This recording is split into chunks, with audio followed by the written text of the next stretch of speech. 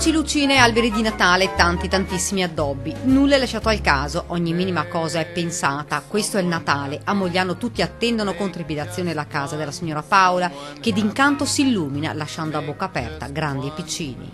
Amiamo Natale. Natale è la più bella festa dell'anno e dopo, avendo visto all'estero diversi modi di allestire queste case, ci è rimasto la voglia di farlo anche noi e piano piano, un po' alla volta, qualcosa di più, abbiamo fatto, e questo è il risultato. Un lavoro certosino che Paolo inizia assieme al compagno almeno una decina di giorni prima.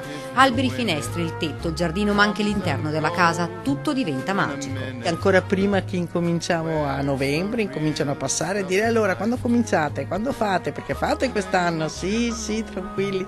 E dopo il bello è perché ci sono i bambini che vengono, si incanta. Anche a San Fior una casa viene addobbata con cura e Paola è andata a vederla. È diversa perché è molto più ricca di luci, molto più piena di tutto, che non sai dove appoggiare gli occhi. Noi ci accontentiamo di questo. Alcuni addobbi li ha portati tanti anni fa dagli Stati Uniti, dove aveva vissuto per qualche tempo. Il Natale, e anche questo ci dice, ricordi indelebili. Adesso, quando toglierò tutto, mi farà una gran tristezza. Presto le luci si spegneranno, ma la magia che ha lasciato negli occhi dei bimbi rimarrà.